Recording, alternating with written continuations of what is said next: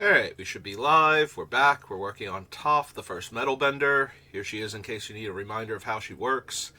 And we are at 89 spells out of 60 is our goal. So we need to cut roughly a third of the cards still on the list.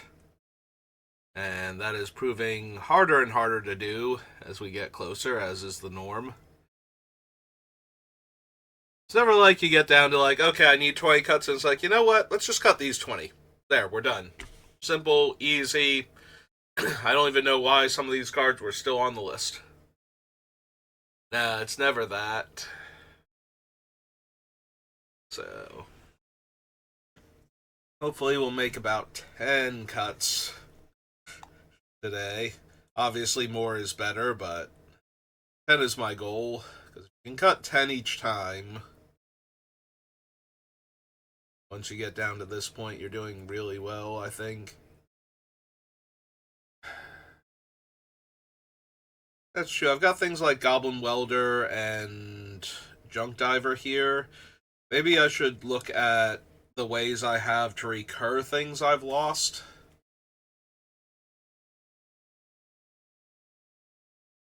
Because one of the main things opponents are going to try and do, because I can't really stop Toph too well, other than by, killing her constantly to the point where she costs 1 billion mana to replay. So they're going to have to kill the problematic things while they're vulnerable in between them coming back and getting Earthbent onto again type of deal, or getting Earthbent onto the first time. So we do want a selection of cards that can get our things back after they die. And we got a bunch of those on the list, but I don't know how many and if we need all of them. Alright, just making sure I didn't miss anything before Goblin Welder, since Goblin Welder and Junk Diver were what inspired me to examine this. What else can get stuff back?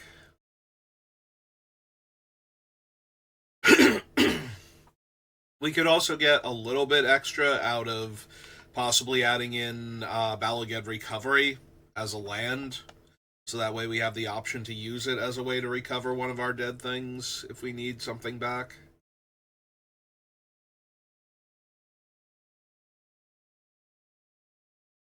Ooh, you cannot earthbend. Well, you can obviously, but you should not earthbend onto Balaged Recovery for the same reason that it works in the Oops All Spells deck. Since the front face is what comes back, and the front face is a spell, it'll get trapped in exile or in the graveyard, depending on where it wandered off to. So you really don't want to earthbend onto that one if you can help it. Like any other land would be better.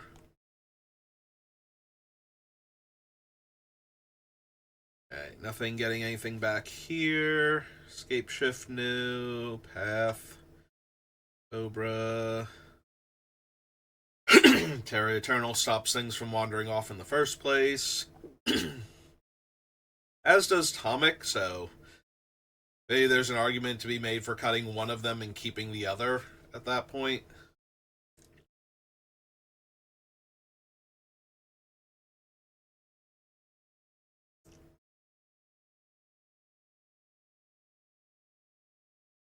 Hmm. Are these really the only two ways I have to get stuff back? I thought I had more. Maybe I do, and it's just hiding way deeper on the list. Ah, right, Brilliant Restoration. Right as I was starting to give up hope. Restoration show up and like, no, you got stuff. You got me, you got other things coming up.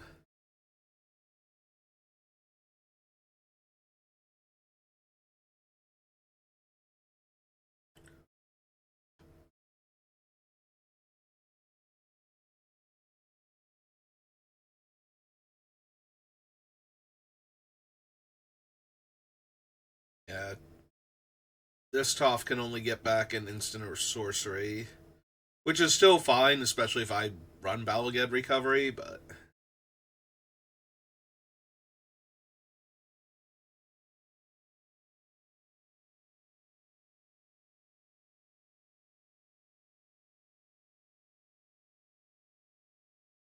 Is there one more?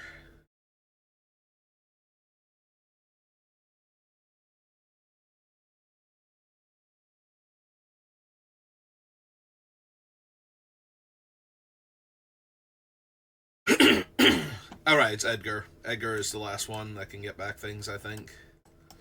Specifically my artifacts that have died.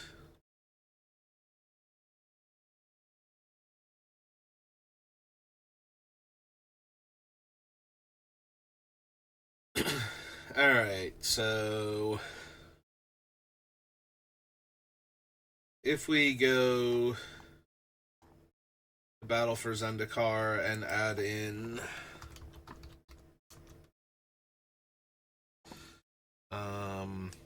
Balaged Recovery.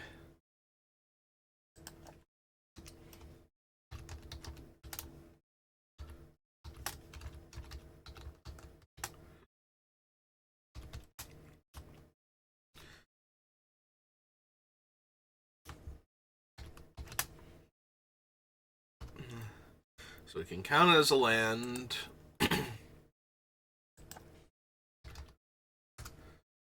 Help me out. That's literally the first one. Oh, there's no H. Balaged Recovery and Sanctuary.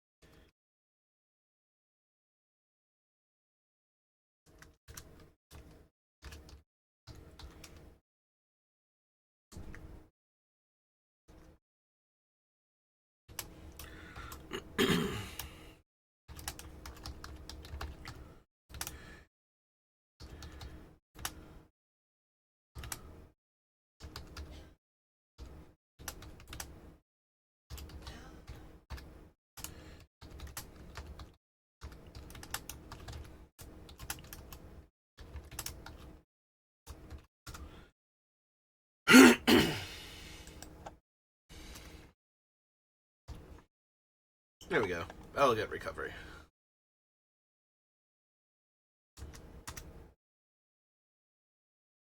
Then we can remove...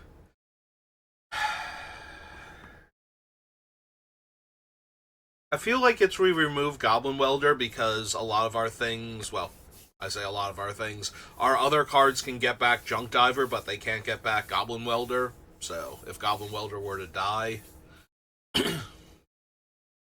there'd be no way to get him back easily. Whereas Junk Diver, if it dies, that's kind of the whole point, is that it dies, it gets back a different artifact, and then we can get back Junk Diver later or immediately, depending. Alright, so I think we can lose Goblin... Whoops, did not mean to get rid of the clipboard. Come back, clipboard, I need you. Oh, whoops. Wait, which one? Oh, yeah, the clipboard. Right. Alright, so clear all is what I meant. And then go grab Goblin Welder.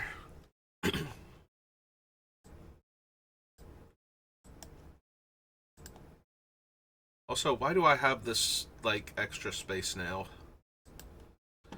Do that. Bring that back up. I feel like I accidentally shrunk the thing down slightly. Like, there's this extra border now. That's annoying me.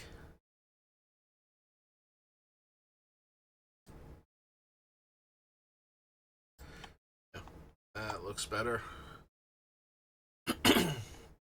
Yeah, I don't want to have to scroll over to here, so...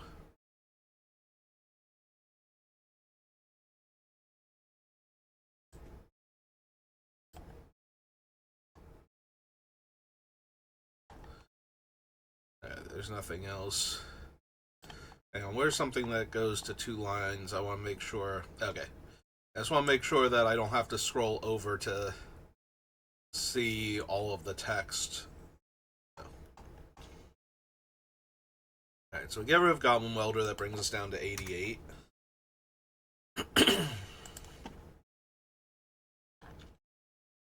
Alright. What else can we potentially get rid of?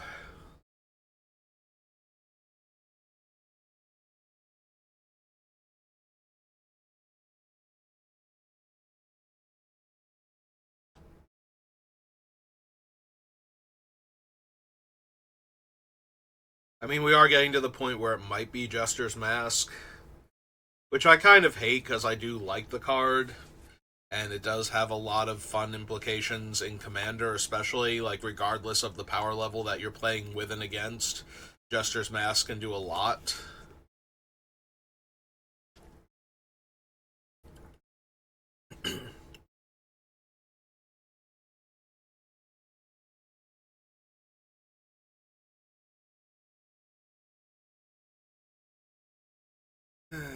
Definitely keeping Ironworks. It's very hard to pry Sensei's Divining Top out of my deck, especially when it's an artifact-centered one.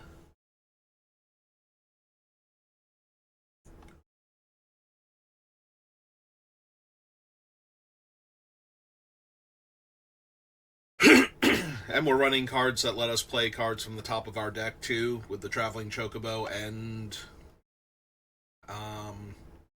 what's his name? Centaur Courser, so...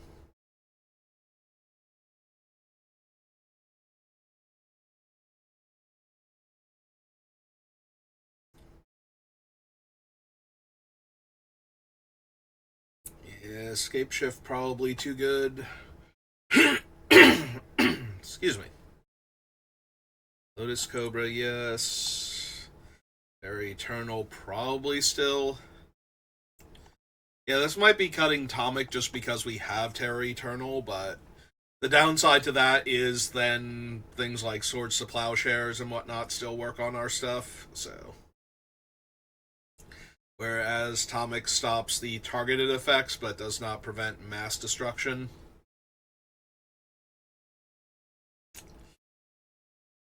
Yeah.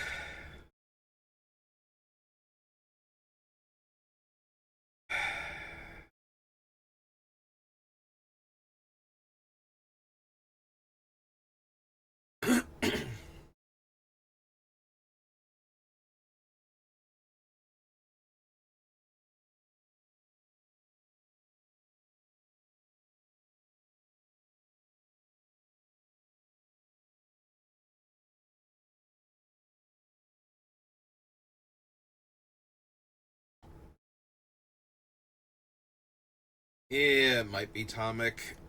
Also, if I'm being honest, we're going to wind up counting this as a land anyway. So I can just bring this down to 87.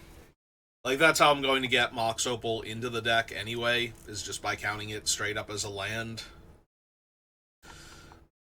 Also, I'm starting to wonder... So I put Captain Rex Nebula on the list because he can turn a non-land permanent into an artifact. So that way it can be an artifact, but what if we just... what if we just ran liquid metal coating at that point? Like, it's 1 mana less than him. It's not a 2-2, but that also means it's not vulnerable to creature removal. And it is itself an artifact, so it will be turned into a land by Toph, and therefore get around all of the non-land permanent things. Like, the whole point of having him in the deck is that he can turn my stuff into artifacts, but... so that way we can, you know, earthbend onto them. But what if they were already... Or what if we just did something that was cheaper than that, so that way... And it was already an artifact anyway, so it also gets around the stuff. So yeah, we're not gonna remove it from the thing entirely, but... I think we do need liquid metal coating instead. Like, we'll get rid of the captain, but not... original. So the original thing was from Scars. Okay. That's what I thought, but I wasn't sure. Oops. Put that back up. Alright, so... So yeah, we're not actually taking anything off the list, but liquid metal coating should definitely be in there instead of... Oops.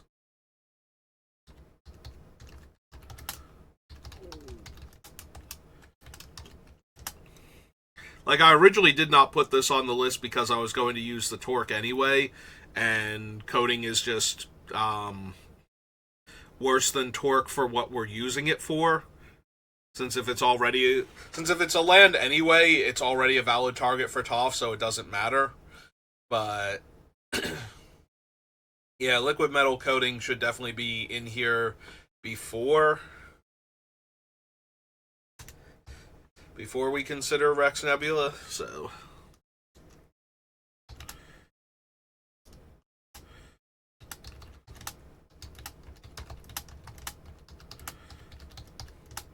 also, this gives us the added benefit of being able to turn our opponent's things into artifacts, so that way we can shards them to death as our things enter. So that's also an option.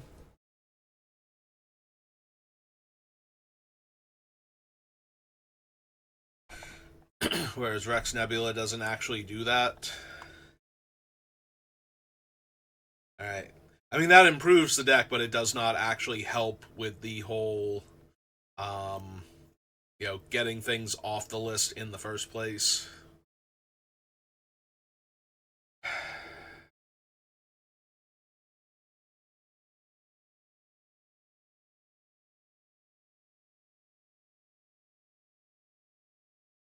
Do we need Heroic Intervention, Teferi's Protection, and Flawless Maneuver? I'm willing to bet at this point that the answer to that question is no, we do not need all of them, so...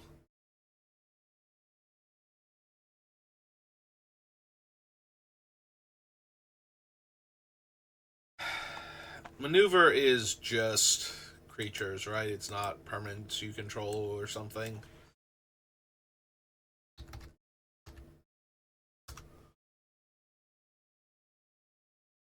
Yeah, your creatures are indestructible until end of turn.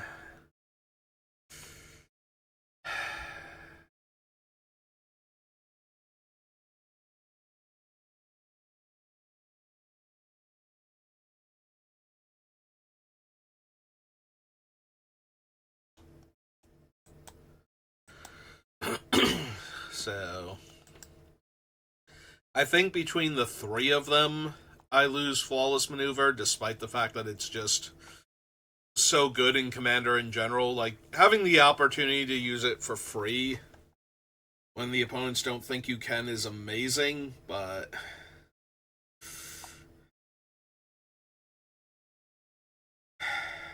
it doesn't protect, like... our artifacts are more important to protect a lot of the time than our creatures necessarily, and also Heroic Intervention will protect our lands from an Armageddon effect, whereas Flawless Maneuver can only protect the ones that we have Earthbent onto, which would come back anyway, so they're the less important ones to be able to protect. Yeah, I think the biggest upside about Flawless Maneuver is its ability to save Toph if we tap out to caster. Like, I think that's the biggest argument for it. And because we just do not have room for everything... because the other argument is to just get rid of Teferi's Protection at that point instead. And Teferi's Protection has a lot of leeway because it phases everything out, so that means that things that we have Earthbent onto aren't, dying or getting put into exile, so they're not losing their Earthbent status. So when they come back, they will still be protected by that, while we are protecting everything else. As opposed to Flawless Maneuver again, which is... again, free. That's the big argument for Flawless Maneuver, is if Toph is in play, it's free. We don't have to spend any mana on it. We can be tapped out as long as nobody's got like a Sphere of Resistance or oh god, what's the one from Urza's block that makes everything cost 3 more? Defense Grid. Yeah, as long as nobody's got any of those going on, we're good to go. Which then begs the question, do we lose Teferi's Protection then, since a lot of our stuff can still survive? Like, Teferi's Protection's biggest thing is that we can save everything, including ourself potentially, and not have to worry about it. And anything that had earthbending on it will still have that later on.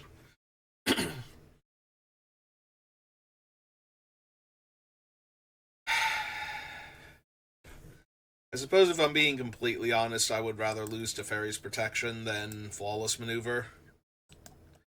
Just because Flawless Maneuver lets me tap out for Toph and still protect her from non-exiling effects.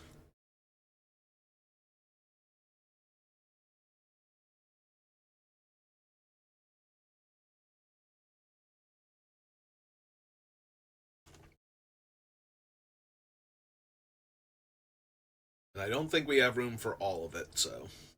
Well, I know we don't have room for all of it, because we are actively trying to cut a third of the deck here, so...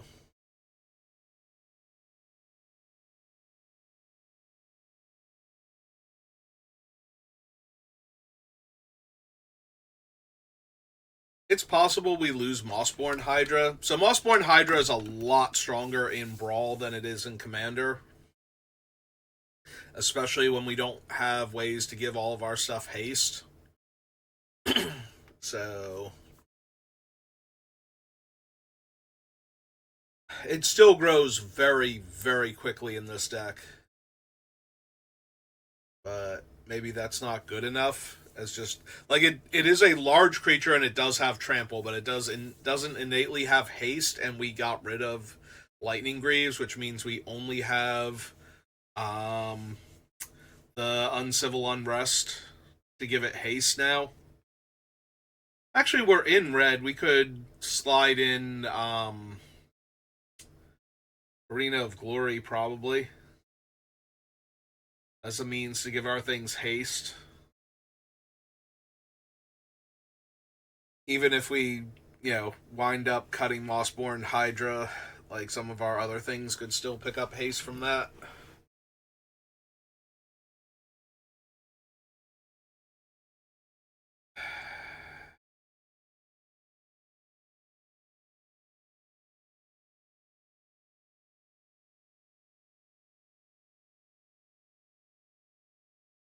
Do we get rid of Mossborn Hydra? It is a pretty dire threat in this deck. So I'm inclined to keep it, but we're also at that point where I want to keep everything, so something's got to give. Alright. Mossborn Hydra's now entering the shortlist portion of the I need to cut things, so it's probably going to wind up going. Similarly, Toph. Specifically, Greatest Earthbender.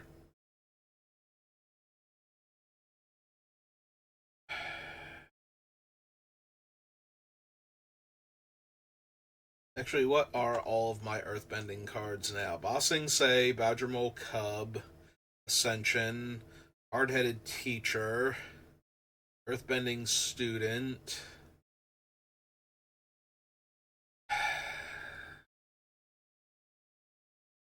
If I don't cut Greatest Metalbender, I think I cut Earthbending Student.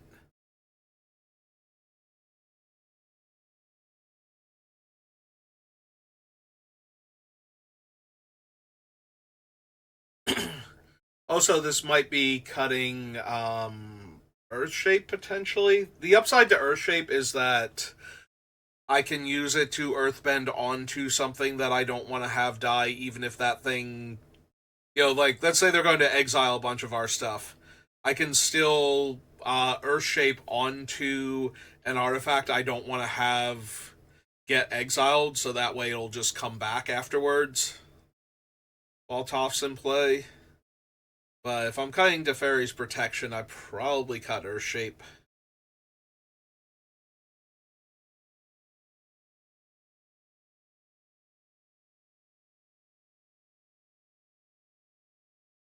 Either that or I cut Heroic Intervention. And I don't think I cut Heroic Intervention, so yeah.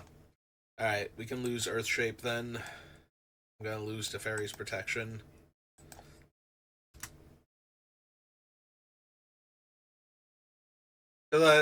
As good as Earthshape is in this deck with what it's doing, I think Teferi's Protection is just better.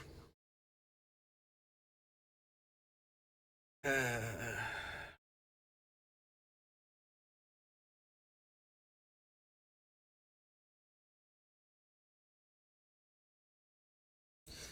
so do I lose Earthbending Student? So the upside to keeping the student is that it's cheaper and it actually earthbends onto things properly. Like, Toph Greatest Earthbender, or not Greatest Earth, yeah, Greatest Earthbender, Greatest Earthbender, not Earthbending Master. Sorry, I want both of them to be the same one every time I read them. The thing about Toph Greatest Earthbender is that if we blink her, she'll come back. No mana will have been spent to cast her, so she'll Earthbend 0 onto a thing, so it will immediately die and come back.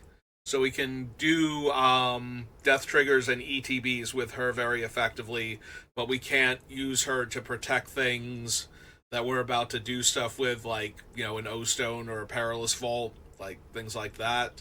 Also, she can't just, you know, Earthbend 1 or 2 onto something and then leave it in play. So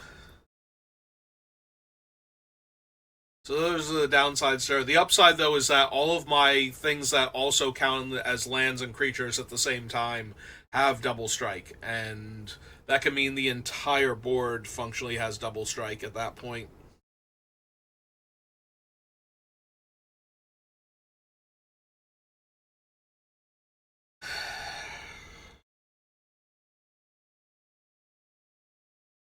Yeah, I think this is lose the student. Oh, also the student gives vigilance, which is nice. But we've cut like all of the other ones we can afford to at this point. Yeah, Ascension has landfall synergies and is a ramp spell in addition to being able to earthbend, although we don't really have a good way to blink it. Is the only thing it has going against it. If we needed to earthbend more and cared less about getting the 1/1 counters for landfall consistently.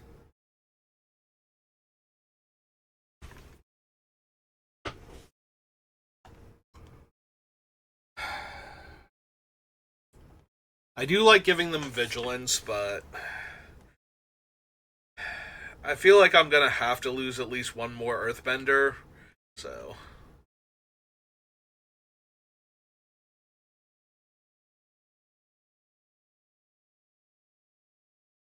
And the fact that Earthbending Master can actually get huge due to landfall is important.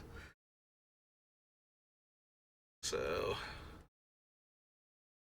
like, the number of counters that we start putting on things will get very out of hand very quickly in this deck.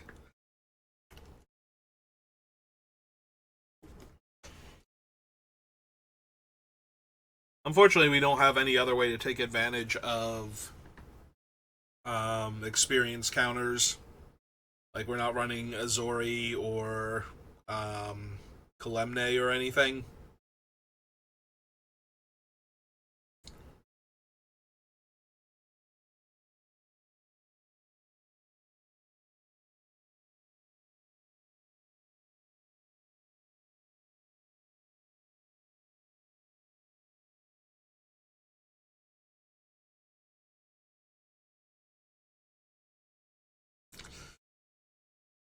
I still feel like I want weapon manufacturing.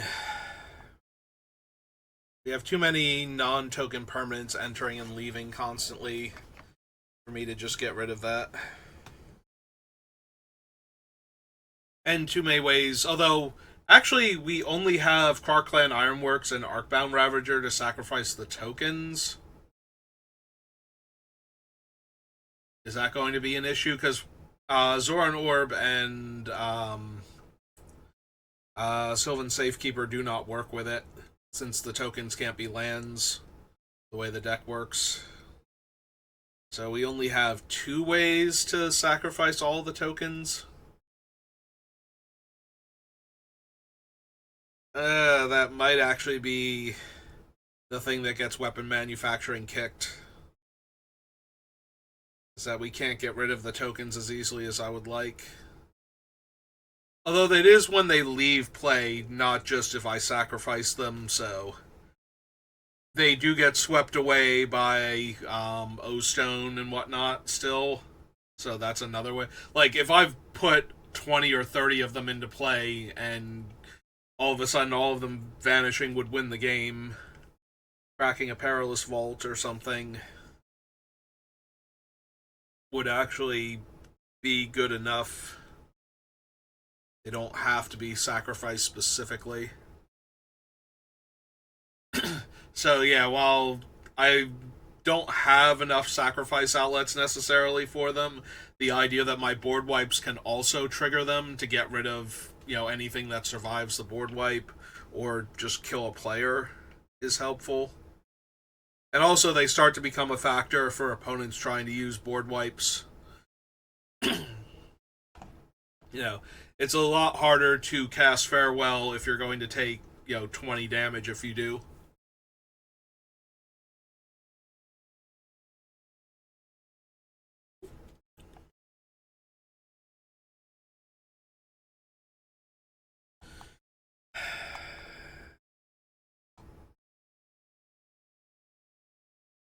It could wind up being Gladio. I did wind up cutting him from the Brawl version.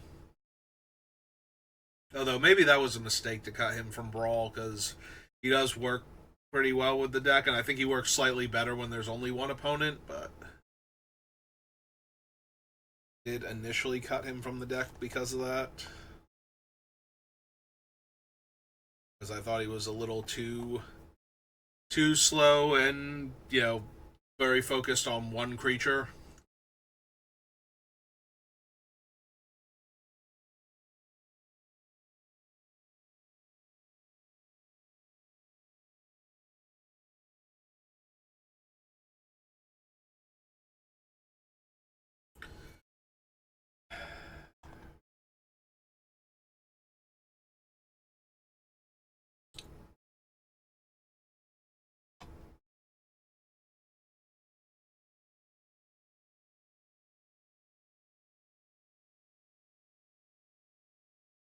I want to keep all those. It might be Teleportation Circle. It's so good with so many things in our deck, though. I have trouble believing that's what I want to cut. It even works with the landfall triggers because we have artifact lands in the deck.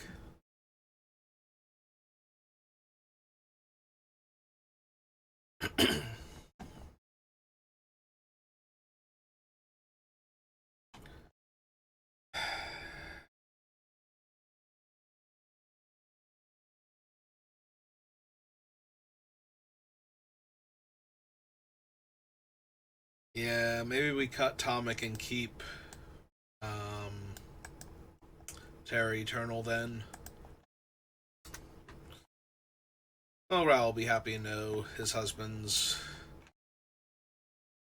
gonna have more free time hanging out in my deck.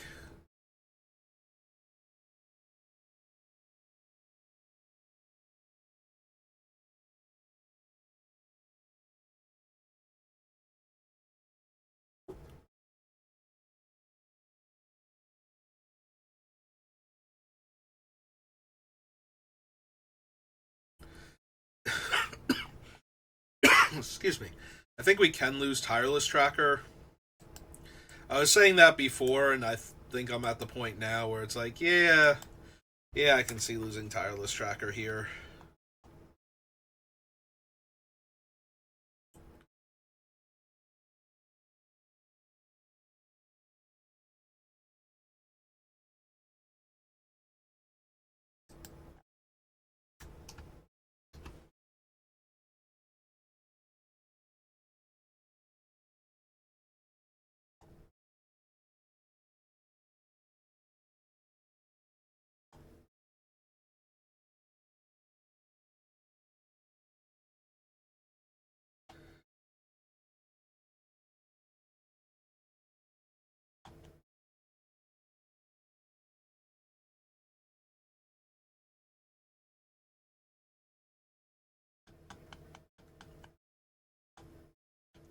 Yeah, I've got way too much going on for Sensei's Divining Top to leave. Fetch lands, other land searchers, things that let me play the top card of my deck under certain circumstances.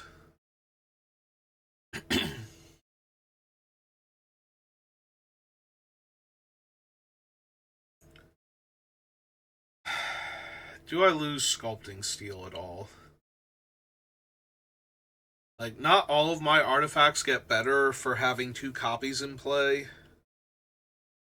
Some of them obviously do. But there are some where it's like, unless you are going to use targeted removal to kill one of them, and I have to do this preemptively, it really doesn't, matter if I have two Karkland Ironworks, for example, as the thing that's on the screen right now. Mindslaver's legendary. O-Stone doesn't super matter, except for the fact that the O-Stones can't kill each other while Toph's out until she goes away from the one stone being activated. But that was going to be true for earthbending onto the stone and then activating it anyway.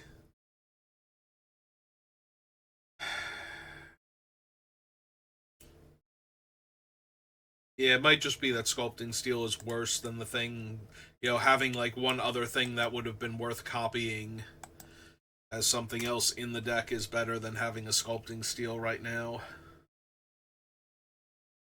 Since not enough of my artifacts are worth copying while they're already in play.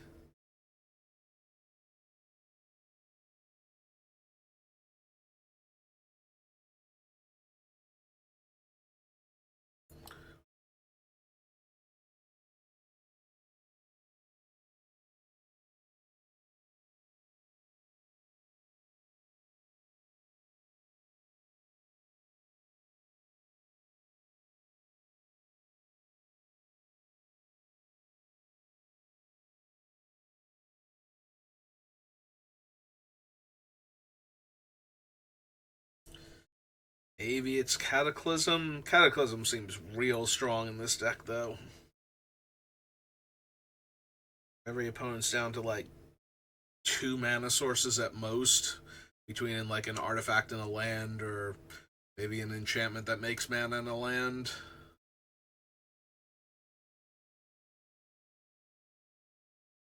But probably not all three.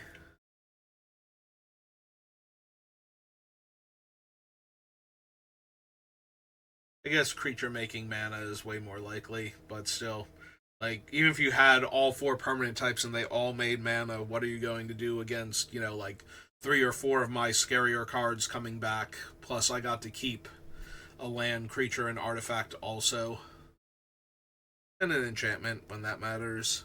The handful of enchantments we are running, so. Bonus points if my creature comes back and my enchantment that I kept is Aura Shards and I get to destroy some number of your remaining permanents.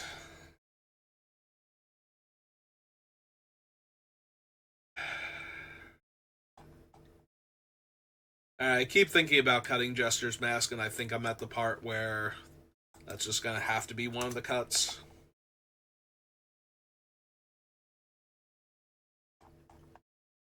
Alright, so that's 6 more cards off the list, which brings us down to 81. So if we can get 2 more off the list, we'll have cut 10 for the day. What else can we afford to lose?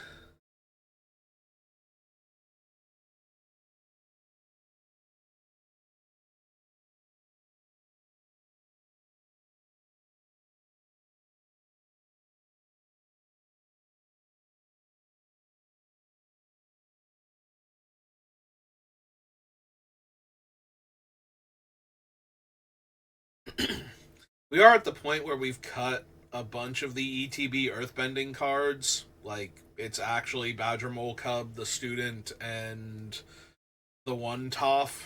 And now I'm thinking about cutting one of those also. So maybe we don't need Teleportation Circle. It still blinks all of the good artifacts, though, is the problem, and so does Nahiri's. I think I want to keep the Nahiri one more because it can blink. If I have like 3 good comes into play abilities, it just grabs all of them and hides them until my next upkeep, where they all come back. So.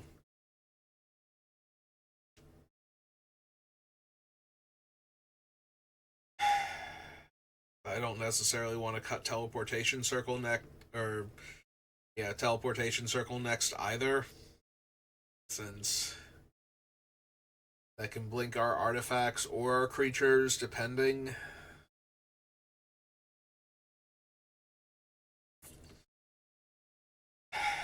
Yeah, everything left is strong enough that I don't necessarily want to cut it.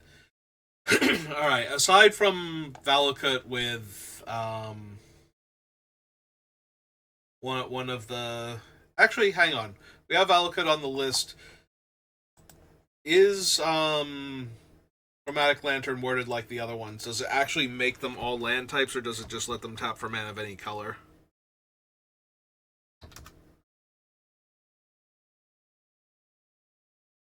It is, they have add 1 mana of any color, so that does not work with Valakut. And I don't think I have enough mountains, keep doing that, left in the deck, so we can probably get rid of Valakut, even though that's not helping. But I was also thinking about Scapeshift. And now I'm kind of curious, like, what are all of my landfall triggers? Like, what are we actually pulling off if we cast Scapeshift? So we have Titania, who would care about all the lands that we sacrificed. Omnath, who makes creatures. Scoop Mob, who makes creatures. Chocobo Racetrack. Yeah, no. We have too many things that actually work with a Scapeshift hitting all of my lands.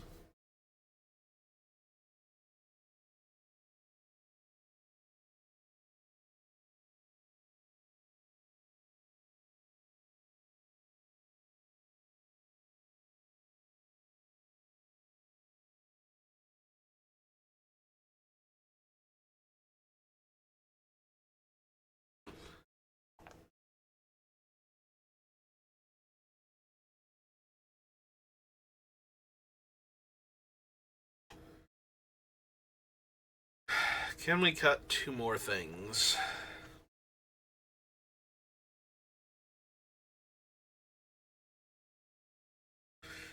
So we have Elaborate's Call, Green Sun Zenith, and Imperial Recruiter. Do we need all 3 of them?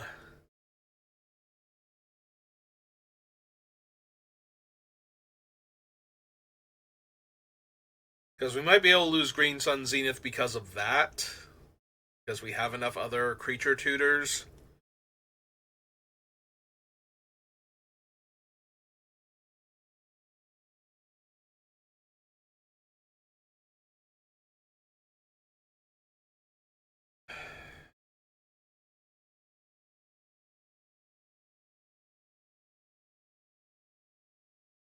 Like, I was going to say, we could lose Imperial Recruiter because he's a bit more limited. But so is Green Suns. So the question then becomes, well, what can't we get? Like, Recruiter cannot find, like, the Canoptic Sentinel or, Meteor Golem, but neither can Green Sun Zenith. Like, they're both not green and have too much power, so...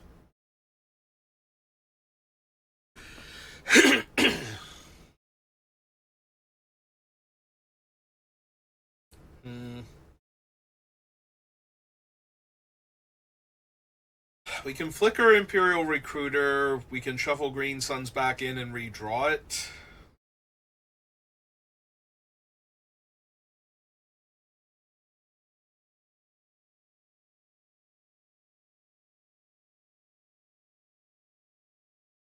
Recruiter always costs 3, regardless of what he's tutoring for. Green Suns can cost more than 3, but can also tutor for more. And it puts it directly onto the battlefield, whereas Imperial Recruiter puts it to hand.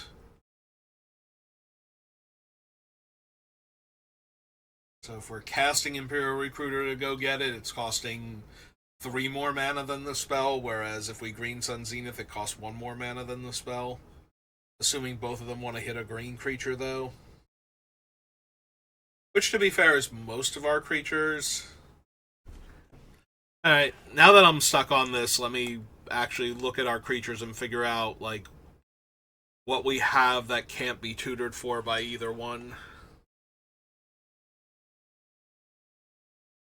Alright, Junk Diver, Metal Worker both get tutored for by Imperial Recruiter, but not Green Suns.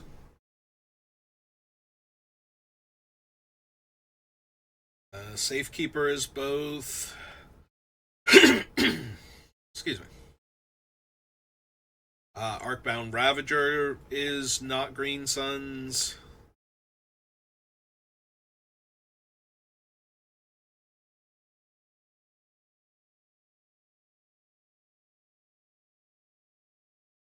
Lotus Cobra is both.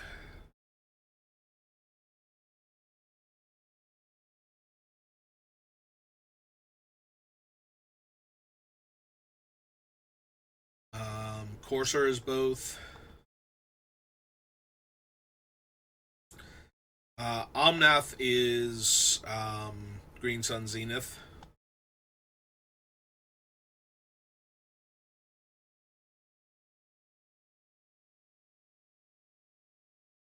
Not the other one. Shaya is Green Sun Zenith, but not Recruiter.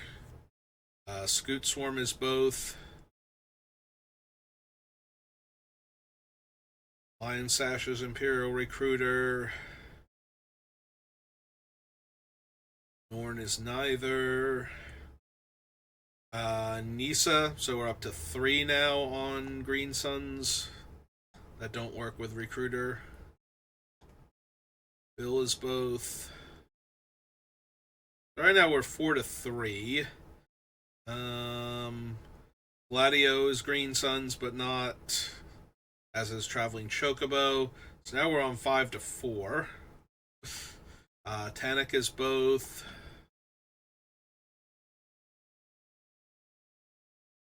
Let's see. Badgermole is both. Hard-Headed is in favor of Green Sun.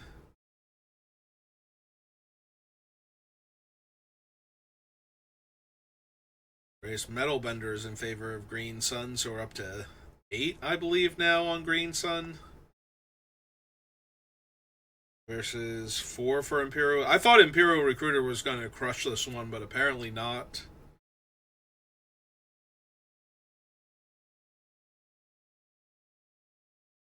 Springheart's both. Titania's Green Sun. Edora's Green Sun. Okay, so yeah, Green Sun actually wins. Which is genuinely surprising because I did not think it would. And tutor for Edgar. Neither of them can get Surge Conductor. Or Tomb Sentinel. Alright, so yeah, if I'm going to cut one of them, it's going to be Imperial Recruiter. Because Green Sun can get almost everything. And it gets more cards than Imperial Recruiter can go grab. And we still have, what's its name for forgetting anything, Ladmary's Call, so. Yeah, alright. Sorry, Imperial Recruiter. I genuinely thought Imperial Recruiter was going to crush there, because a lot of them are overlapping, and Imperial Recruiter can get all of the white, red, and colorless ones, so. Which, with all of our artifact creatures, I thought that was going to give it to Imperial Recruiter, but apparently not.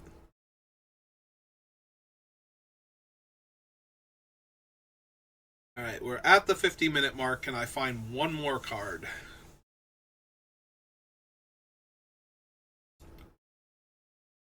That I feel like I can cut here.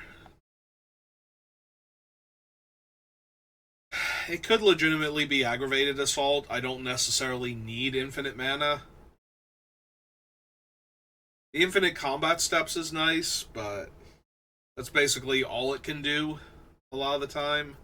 Yeah, there'll be times where I'll be able to, spend like 1 or 2 mana to get an extra combat step repeatedly until I run out of those 1 or 2 extra mana, but for the most part, it's in here to be an infinite thing and basically to interact with itself only now. So, yeah, I'm gonna talk myself into cutting aggravated assault and call it there for right now.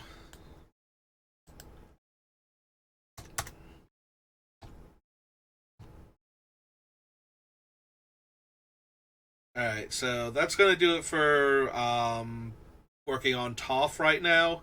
If you want to wait around, I'm gonna end the stream for the purposes of splitting up the VOD for deck building versus um, Arena for today, but I should be back on in like a minute or two for Arena, where we'll do some Avatar: The Last Airbender drafts. But that's going to do it for the deck building for Toph, so thank you for watching, and I will see you next time. Have a good rest of your day.